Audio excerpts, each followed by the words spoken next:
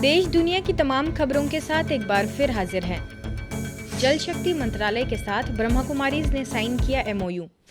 पीने के पानी के संरक्षण के लिए संस्था द्वारा अनोखी पहल की गई है। जी हां, जल जन अभियान और सेंट्रल ग्राउंड वाटर बोर्ड के संयुक्त प्रयास से पानी के संरक्षण के लिए शांतिवन स्थित कॉन्फ्रेंस हॉल में एमओयू साइन किया गया है।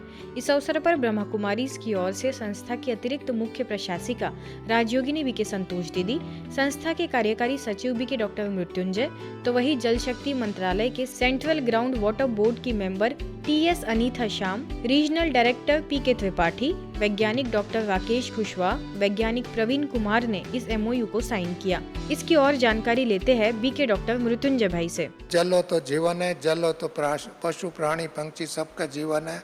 जल ही नहीं तो इसके लिए हम लोग बहुत वाटर को वेस्ट करते हैं, वाटर को पॉल्यूट करते हैं, वाटर को डिस्ट्रॉय करते हैं। Water is the elixir of life, so we have to deal with it as extremely careful and with maximum devotion, like you people are also doing, that we have to conserve water for the future of भूजल का कम होना देश के लिए सबसे बड़ी चुनौती है और इस चुनौती से निपटने के लिए हम सबको मिलकर कार्य करना होगा। जल प्रबंधन द्वारा जल संरक्षण के प्रति लोगों में जागृति उत्पन्न करना, लोगों को उनके पास उपलब्ध भूमि में रेन वाटर हार्वेस्टिंग सिस्टम द्वारा, राजयोग मेडिटेशन द्वारा लोगों में जल संरक्षण के प्रति सकारात्मक चेतना उत्पन्न करना ही जल जन अभियान का उद्देश्य है। जैन समुदाय के पर्युषण पर्व पर ब्रह्मा कुमारीज द्वारा विशेष सेशन। मुंबई स्थित नेपियन सी रोड सेवा केंद्र द्वारा हर वर्ष की तरह मालाबार हिल स्थित कमला ऑडिटोरियम में 8 दिवसीय पर्युषण पर्व प्रवचन माला का आयोजन हुआ।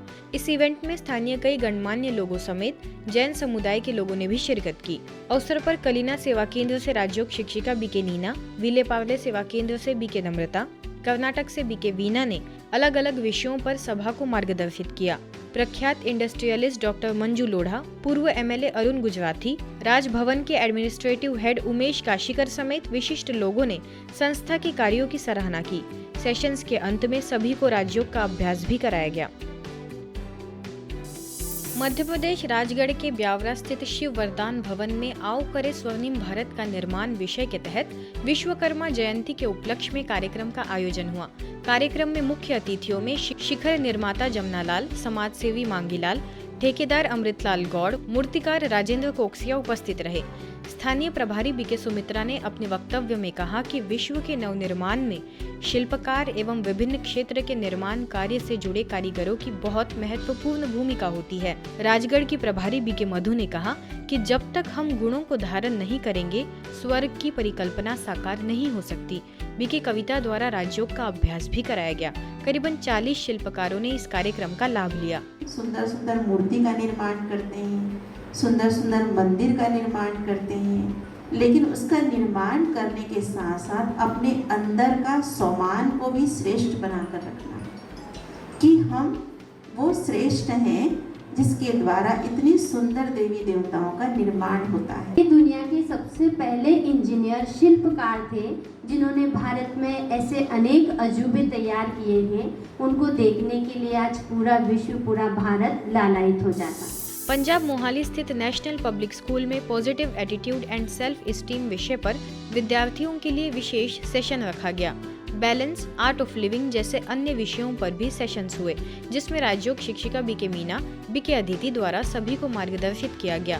सभी को शारीरिक के साथ मानसिक योग करने के लिए प्रेरणाएं दी गई, साथ ही राजयोग करने की विधि समझाई गई।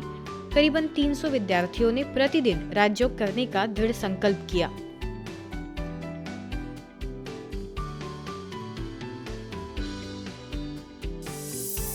आगरा के कमलानगर स्थित स्थानीय सेवा केंद्र पर स्नेह मिलन कार्यक्रम संपन्न हुआ।